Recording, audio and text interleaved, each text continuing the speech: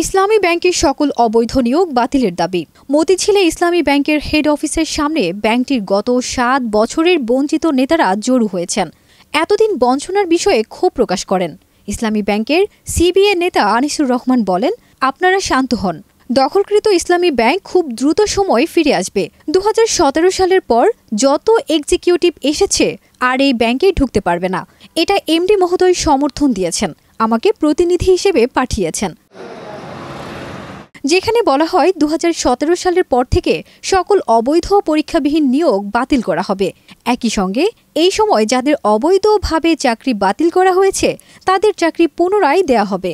একই সঙ্গে যারা গত ৭ বছরে প্রমোশন থেকে বঞ্চিত হয়েছেন তাদের যথাযথ প্রমোশন ফিরিয়ে দেওয়া হবে। ইসলামী ব্যাংকের অপারেশন উইংয়ের হেড এএভিপি ড. কামাল উদ্দিন জসিম বলেন, আমরা দ্বিতীয় স্বাধীনতা পেয়েছি ছাত্রদের মাধ্যমে। প্রজ্ঞার সঙ্গে এই অর্জন তুলে নিতে হবে। তিনি আরও বলেন, ইসলামী ব্যাংক বিশ্বের কাছে খুবই স্মরণীয়। আমাদের মর্যাদা পুনরায় ফিরে পেতে হবে। এটা আমরাই পারব। এদিকে অভিযোগ রয়েছে, জামাত মুক্ত করতে ২০১৭ সালে ইসলামী ব্যাংকে বড় ধরনের পরিবর্তন আনা হয়। ব্যাংকটিকে জামাত মুক্ত করা শুরু হয় ২০১৭ সালের জুন থেকে। ওই বছর ২ জুন ব্যাংকটির ৩৩তম বার্ষিক সাধারণ সভায় নতুন শেয়ারহোল্ডার পরিচালক ও স্বতন্ত্র পরিচালক নিয়োগের সিদ্ধান্ত হয়। পাশাপাশি নতুন নতুন কোম্পানি তৈরি করে শেয়ার বাজার থেকে ব্যাংকটির শেয়ার কিনে নেয় চট্টগ্রাম ভিত্তিক একটি কোম্পানি।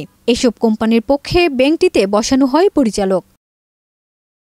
২০১১ সালের নভেম্বরে পুঁজিবাজার নিয়ন্ত্রক সংস্থা বিএসইসি নতুন নিয়ম করে। তালিকাভুক্ত কোনো পরিচালক হতে হলে এই পরিচালকের হাতে কোম্পানিটি ন্যূনতম ২% শেয়ার থাকতে হবে।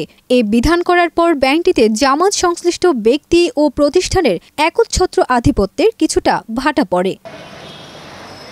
২% শেয়ার ধারণের সুযোগ কাজে লাগিয়ে ২০১৭ সালে শেয়ার বাজার থেকে শেয়ার কিনে ব্যাংকটির মালিকানায় চলে আসে চট্টগ্রাম ভিত্তিক একটি গ্রুপ।